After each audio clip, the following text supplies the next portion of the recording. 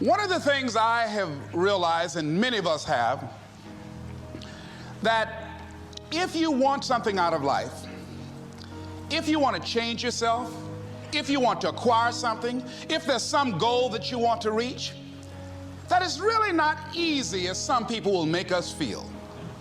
That living your dream, changing your behaviors, overcoming negative habits, it's challenging. It's hard. That living alone is just very difficult. And once we begin to come to grips with the fact that living is difficult, life is very challenging. I heard a song once by a guy named Dimples called, "If it ain't one thing, it's another." I say to you, if it ain't one thing, it's 12 others. Always something. You will never ever have a problem-free moment in life. Somebody said, and I like this, that you either in a problem or just left one or headed toward one. Anybody found that to be so? Raise your hand if you know what I'm talking about. I mean, there's always something. So how do we begin to nurture that hunger? What are the characteristics or the qualities of people that are hungry? What will it take for me to get some of the things that I want? And being hungry for those things, number one, you've got to work on yourself. It's very important that you engage in an ongoing process to develop you. Spend more time on yourself than what you've been spending. It's very important. You owe that to yourself. I was reading a book by Og Mandino called The University of Success. Read one line, gave me a chill. I didn't have to read anything else in the book. He said, many of us never realize our greatness because we become sidetracked by secondary activity. We spread ourselves too thin, don't know how to say no. And we find ourselves doing all kinds of things and never ever have time to do those things that we need to do to work on ourselves. And then there goes a second, there goes another second, there goes another second, and we can't stop and hold time. And before you know it, you wake up one day and you're behind on your dreams and your bills.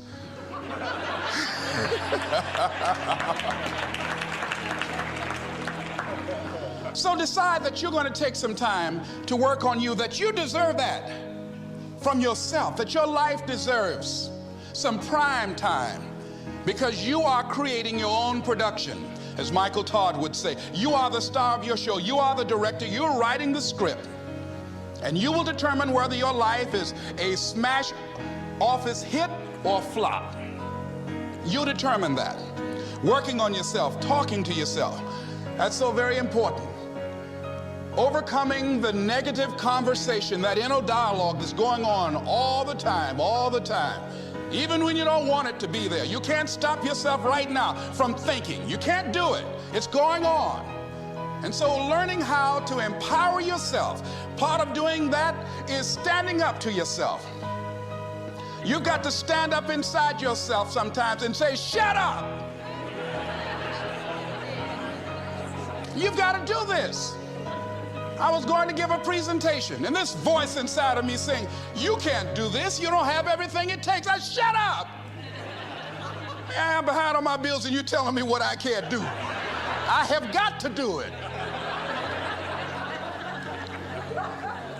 You'll get scared sometimes. Your mind will go blank on you. Some people you will allow to unnerve you, and you wonder, what's wrong with me? I'm not crazy. That's why you've got to learn to make a conscious, deliberate, determined effort to stand up inside yourself. Working on yourself, watching that inner dialogue, it will determine the quality of your life. I don't believe this. I know this. I've had a challenge of losing weight. I'm walking through the airport, this voice say, why don't you have some M&M peanuts? No!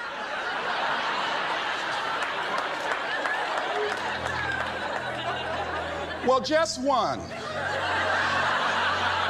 Then after you eat that, you might as well have a Snicker now, you sucker.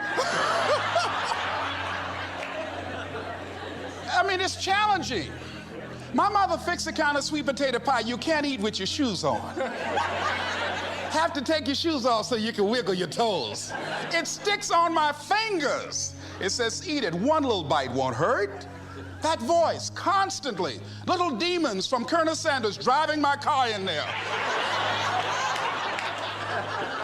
I had to say, no, no, no, no. I'll diet tomorrow. I saw a skinny man get hit by a truck.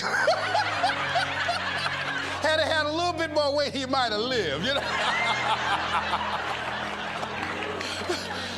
Some of you know what I'm talking about. Raise your hand if you know that. That voice is awesome. So you have got to stand up to that voice. When you're working on something you want to achieve, you have got to stand up to that voice. You've got to sell yourself every day on your abilities, on what you're doing, on the goal that you want to reach. You've got to sell yourself every day, every day, every day. According to your level of belief, it will manifest itself in what you're doing.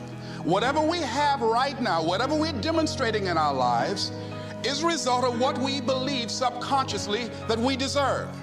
And part of increasing that belief level is that you have got to convince yourself every day.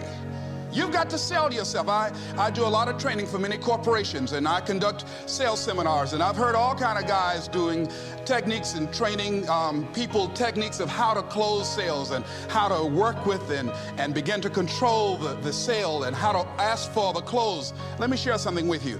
You can learn all the techniques in the world. If you don't believe in yourself, it won't happen for you. I learned all of it. So that's why I do a training called Focus on the Seller. You've got to focus on you. And as you convince you, as you sell yourself every day, every day, every day, you will begin to see a difference in the things that you're doing. Selling yourself on your ability to perform a job, to achieve a certain objective. Telling yourself every day, here I go again. And I got what it takes. This is my day. And nothing out here is going to stop me. And when you go out there in life, say, come over here. Say it again. Well, I'll be back tomorrow.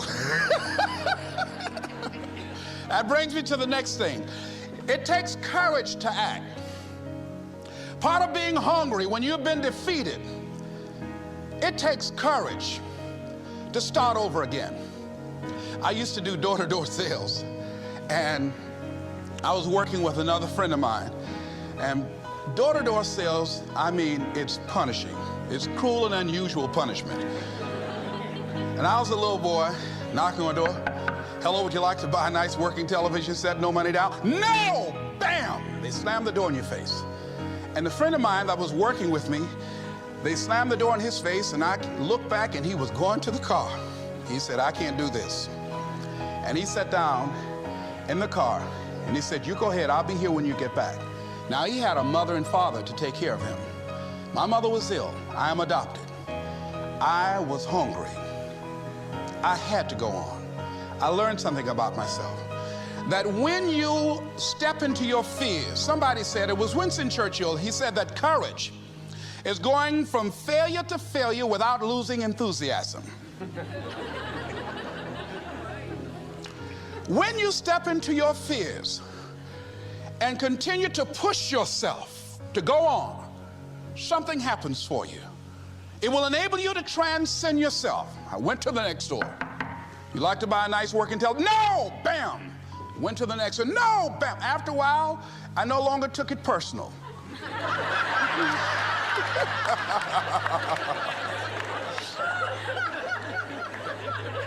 And I began to play a game. I said, well, I know there's a yes out here somewhere, and I'm going to keep on until I find it. And I'm not going home until I do. And I continued to knock on doors. And then somebody eventually would say yes. And I said, are you sure? And I would go in there and I would get the sale. When you have something you want to do, if you don't develop the courage to do that which has been given you to do, and you spend a lot of time going around trying to convince other people or trying to get their approval, what will happen is that you will lose your nerve. And other people will convince you that what you're doing doesn't have any value, and you'll give up on your dream. It's an interesting thing about life, I've also found, that if you don't have the courage to act, sometimes and particularly, if you have something special to do, life will move on you.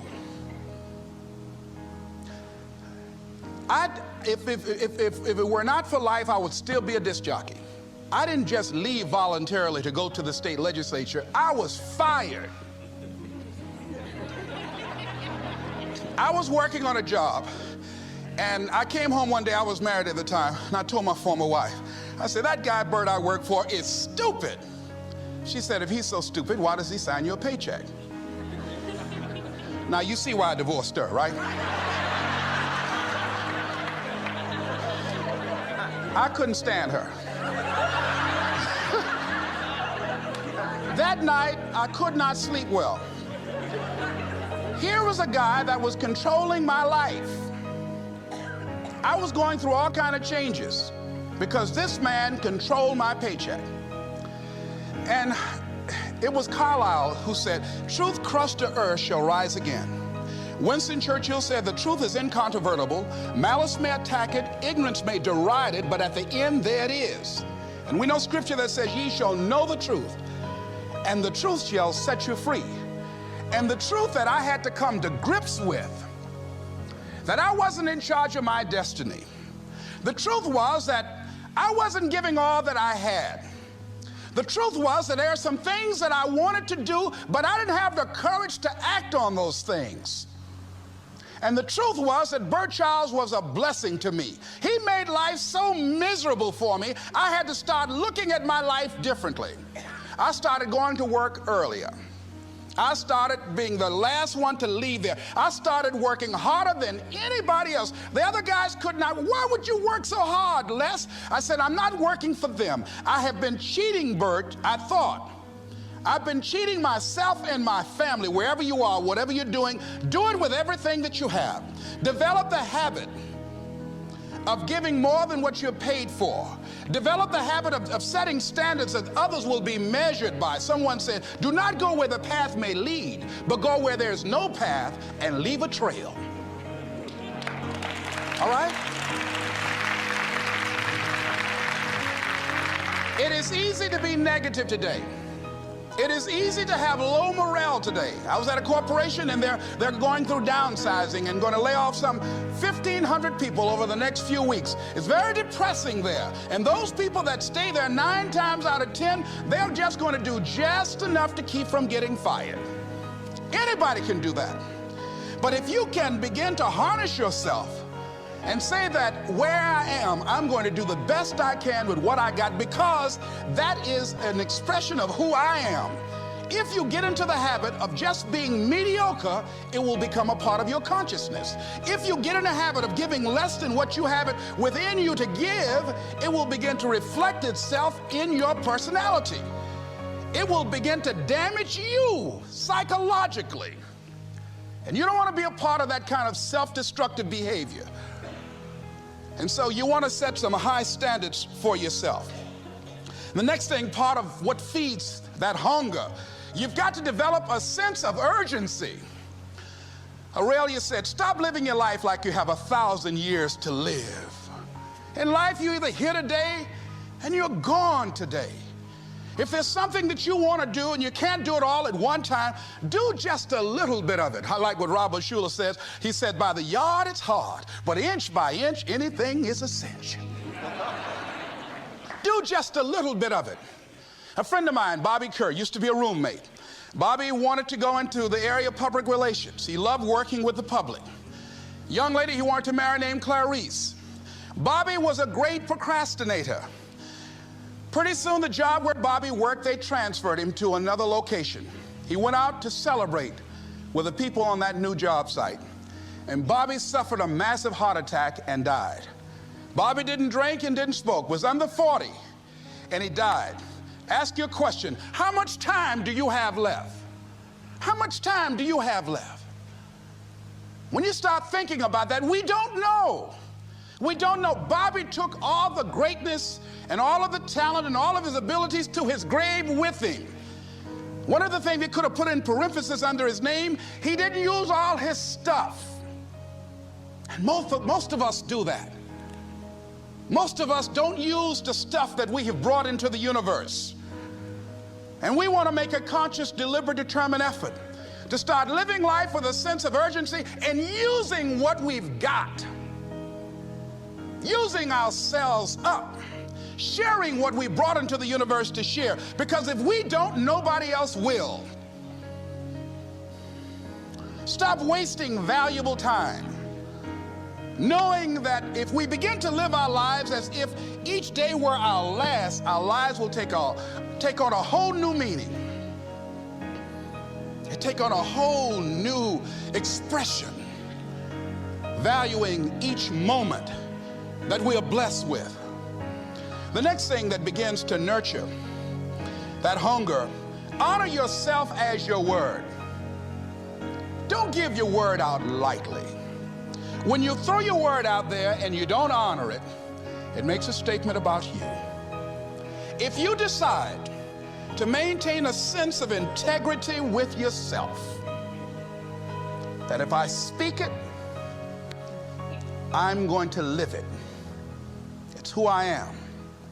And I'm going to be very cautious in how I give my word to others, and most of all with the commitments that I make to myself, because I want my life to reflect my words and honoring who I am and what I express.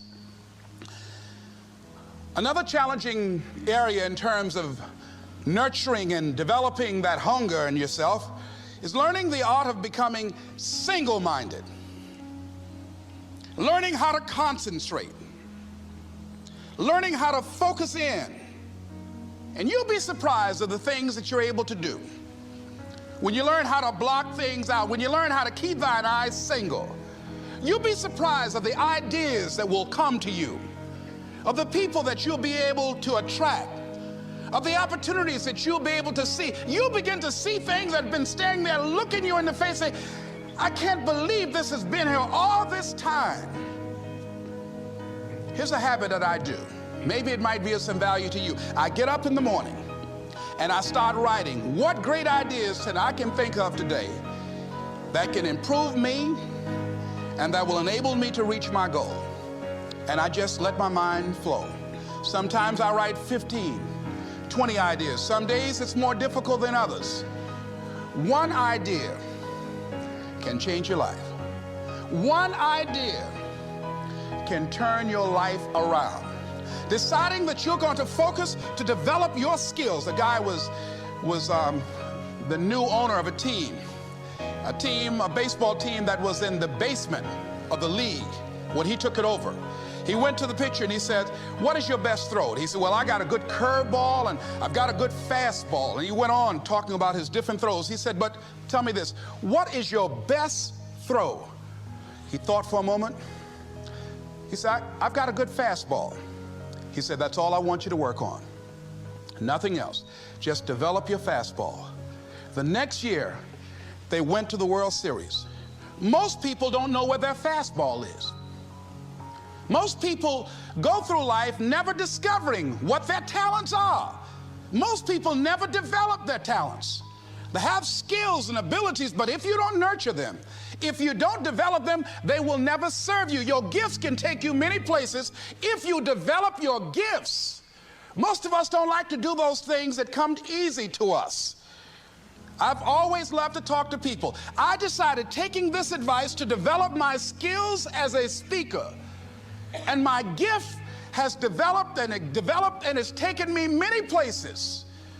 You have something that you brought to the universe, and that if you decide that my life deserves my developing this, what I do well, and becoming the best at it, and mastering myself, and seeing what I have within me, if you decide to drop your buckets where you are and develop your gifts, I grant you, you'll never ever be without. I grant you that your gifts will take you places that will literally amaze you. I grant you that if you begin to work to develop your gifts, you'll develop a strong sense of happiness. You'll get a larger vision of yourself, because part of beginning to get a larger vision of yourself, all of us need some area of our lives where we can have a feeling of competence. That people know when they think about this area, that's something you do. That you eat and sleep that, and that you do that, and people know it. And you know it. And you know that you know that you know this. If you don't know anything else, you know this. Can you tell I know what I'm doing? Oh, hello. You know this. So you've got to work on it. When other folk are having a good time, you've got to have the strength of character to concentrate, to read, to digest information. If you decide in any particular area that you're concerned about, to make a conscious, deliberate, determined effort to read one book a month in that area, in 5 years, you'll be among the top 5% experts in the world. I read a minimum of 2 books a week. The average American reads only 1 book a year. If you decide that area that you love, that you are going to master that particular area, in this era of accelerated change, overwhelming complexity, and tremendous competition, as you begin to develop and expand your skills and your talents and your vision of yourself, you will always be in control of your destiny. The next thing is, whatever it is that you want to do, you want to do it massively. I have a friend who was telling me that his sales were down. I said, well, how many phone calls you make a day? He said, 25. I said, double them. Make 50 or 75 or 100. He said, oh man, that's just too much. I said, what do you mean too much? You behind on your bills? You're talking about too much? You know one way to get back on your feet real quick is to miss 2 car payments? You talking about you're tired? There's no competition out here. Decide that you're going to push yourself. Most people won't do that. Most people give up on themselves easily. You know the human spirit is powerful. There's nothing as powerful. It's hard to kill the human spirit. They asked Benjamin Disraeli, a man who became the head of a country at a time when Jews were not allowed out after 10 o'clock. They said, how did you do it? How did you achieve it against such great odds? He said, nothing can resist the will of a people that will stake even their existence on the extent of their purpose for good.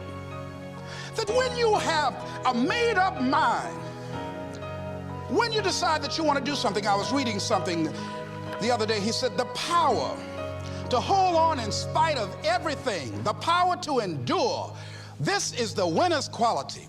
The hunger, the ability to face defeat again and again without giving up. This is a winner's quality. You have that quality within you. When you're hungry, you don't care about the facts. You don't care about the odds. Doug Williams played for the Washington Redskins, quarterback. John Elway of the Denver Broncos in the Super Bowl. Everybody was talking about Elway. After the Super Bowl, when Doug Williams made a historic passing game, they asked him, said, how were you able, in spite of all of the negative publicity saying that you couldn't win, how did you do it? He said, I ignored my critics. I just didn't pay any attention to them. I ignored myself because they kept on saying it so much. There were times I doubted whether or not I can do what I needed to do. There's a Doug Williams in everybody here. There's greatness in you. And you've got to learn how to tune out the critics outside and the critic inside. And since I'm going to do this, I'm going to harness my will. And I'm not going to let anything stop me. I deserve this. I'm going to do it until. And this friend, I told him, said, start increasing your calls. I said, I make 100 calls a day. I got a callus in my ear. My ear kind of dark, you can't see it, but it's there.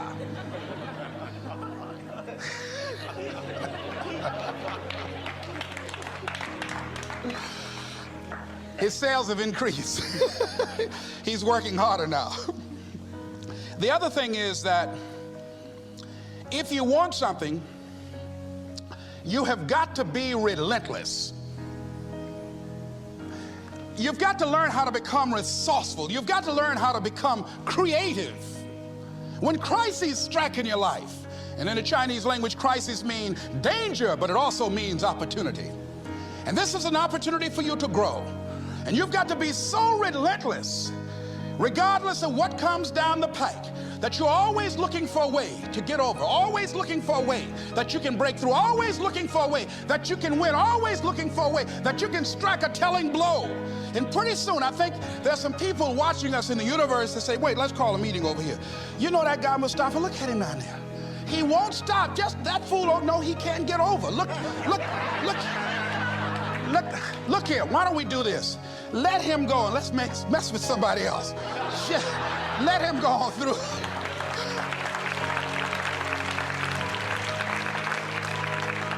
Life will just get tired of whipping you sometimes. And just say, let's just let this one go. I believe this. Now, no one has told me this, but I just kept on kicking. I didn't have sense enough to stop. I was intelligently ignorant. I didn't know what I couldn't do. So I just tried anything.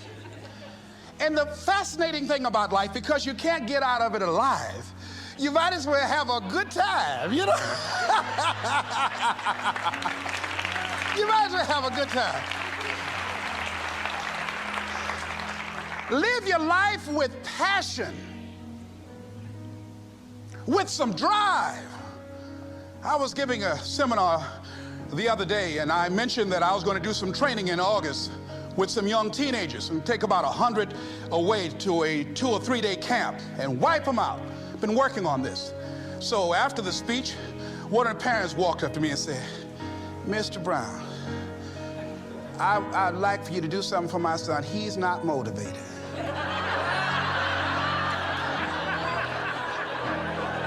I said, I wonder why.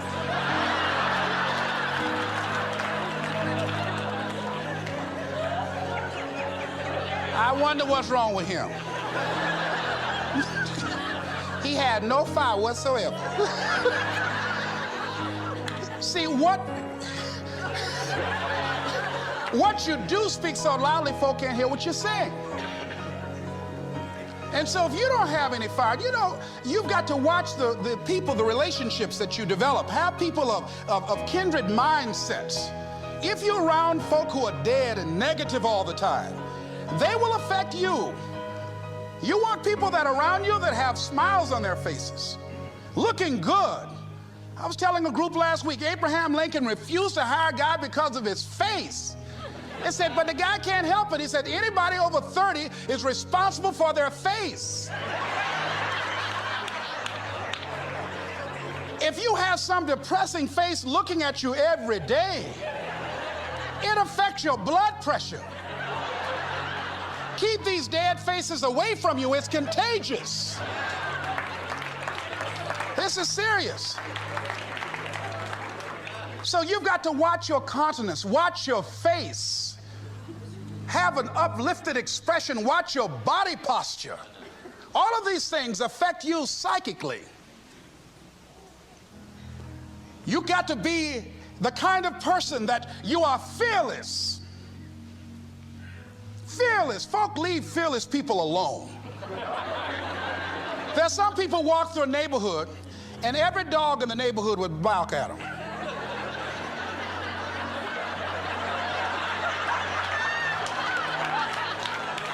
But there's some people come through and ain't nobody gonna mess with this.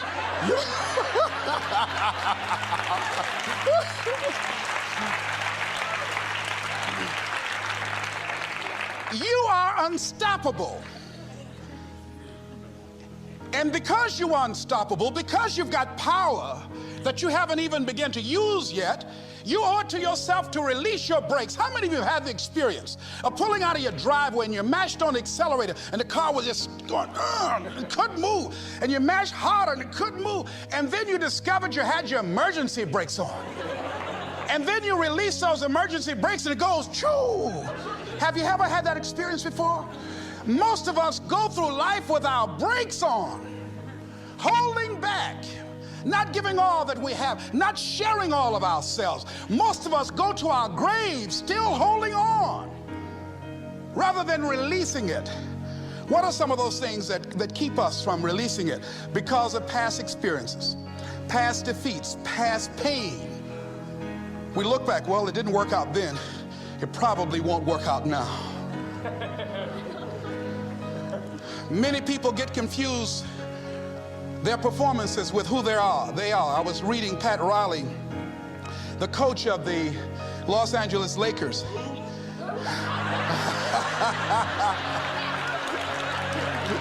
But you're going to like this quote here.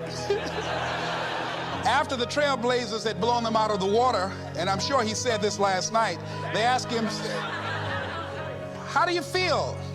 He said, tonight we were exposed for what we are right now. You see? That if my speech tonight doesn't work, it doesn't mean that I'm a bad speaker. It means that what I did didn't work tonight. And I've got to separate what I do from who I am. And I've got another shot. See, the last chapter to your life has not been written yet, and it doesn't matter about what happened yesterday. It doesn't matter about the things that you've done that you feel guilty about. If you wouldn't do it today, you're convicting an innocent person. You've been reborn to a new state of consciousness. And as they say, if we knew better, we would do better. And so you begin to decide, I'm not going to be denied. I remember, and I was telling someone, and they asked me, would you repeat that again? I was interested in going into broadcasting. I'm adopted, and that was my key out. I wanted to make my mama proud of me. I was very much appreciative of what she's done for my brother and sister and I. And that was my way out. And I went over to a radio station, asked a guy and told him that I was interested in broadcasting. He looked at me in my straw hat and my overalls. He said, you have any broadcasting background? I said, no, sir, I don't. What do you do? I cut grass. Young ladies asked me what kind of work I do, and I was working on a garbage truck. I say, well, I'm a sanitary technician. He said, we don't have any job for you. I decided that was something I was going to do. I decided I'm unstoppable. I'm going to go up in here and I'm going to do this. I started going to the radio station every day, developing a relationship with the people that were doing what I wanted to do. And that's what I encourage you to do. Whatever area you want to go in, find people that are doing it the way you want to do it and develop a relationship with them. When I decided to go in this area, I wrote letters to Dr. Norman Vincent Peale, to Zig Ziglar, to Dennis Waitley, all of the giants in this area. And I said, this is something I want to do. I've been following your career. Would you help me? Dr. Norman Vincent Peale answered my letter, did an article on me, wrote about me in the most recent book that he issued, and done many broadcasts about me. I'd wanted to develop a relationship and rapport with those people that were achieving those things that I wanted to achieve.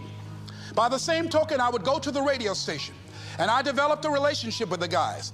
And they used me as an errand boy when they needed some food or someone to go pick up entertainers that came into town. Temptation singing My Girl, Jerry Butler singing For Your Precious Love, Sam Cooke singing Darling You Send Me. I would pick up the entertainers at the airport and drive them around in the disc jockeys, big Cadillacs. They didn't have any driver's license, but I was acting like I had some.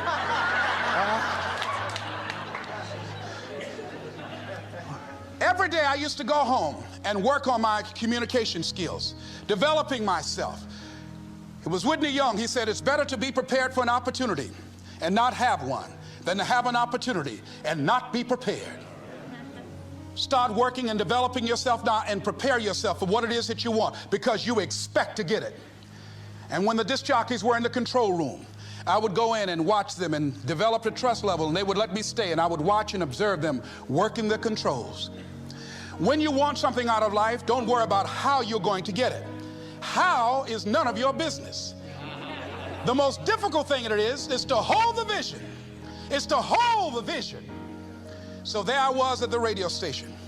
A guy was on the air and he started to drink by the name of Rock. I was outside the window looking at him and watching. Hungry and ready, saying, drink, Rock, drink.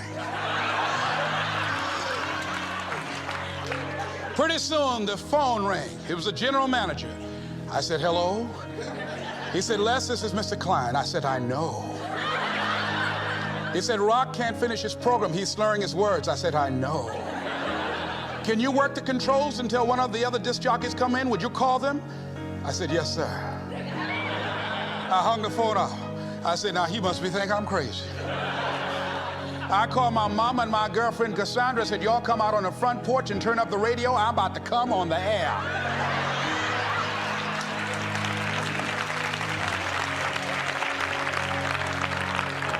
I waited about 15 minutes. I called him back. I said, Mr. Klein, I can't find nobody. He said, well, why don't you go in there and work the controls until they get there? And don't say nothing here. I said, yes, sir. I couldn't wait to sit down at that turntable, Mustafa. I said, look out, this is me, LB, Triple P, Les Brown, your platter playing Papa. There were none before me, and there will be none after me. Therefore, that makes me the one and only. Young and single and love to mingle, certified, bona fide, and indubitably qualified to bring you satisfaction and a whole lot of action. Look out, baby, I'm your love man. I was hungry.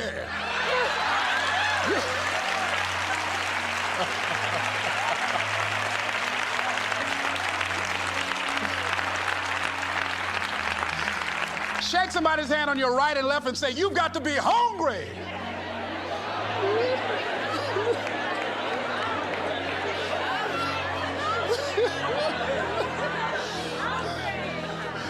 Boy, y'all something else. You hear me? You want to be persistent about what it is that you want to achieve.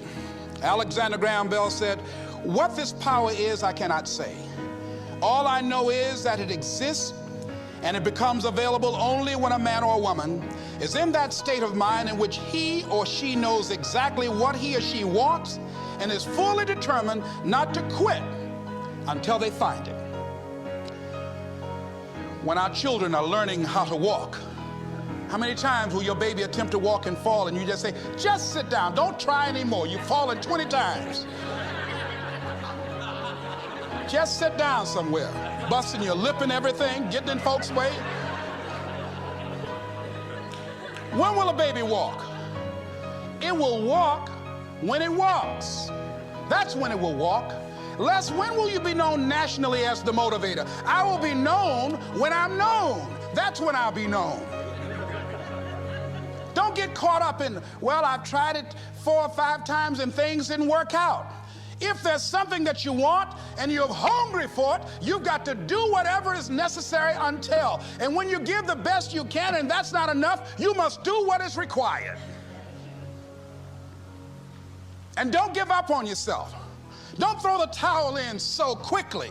Many people give up on the 1-yard line, where if they have the determination just to keep on knocking. It's a funny thing about life. If you're home one day and someone is knocking on the door and you say, I don't want to be bothered today, and if that person just keep on knocking, say, can you believe that fool's still knocking?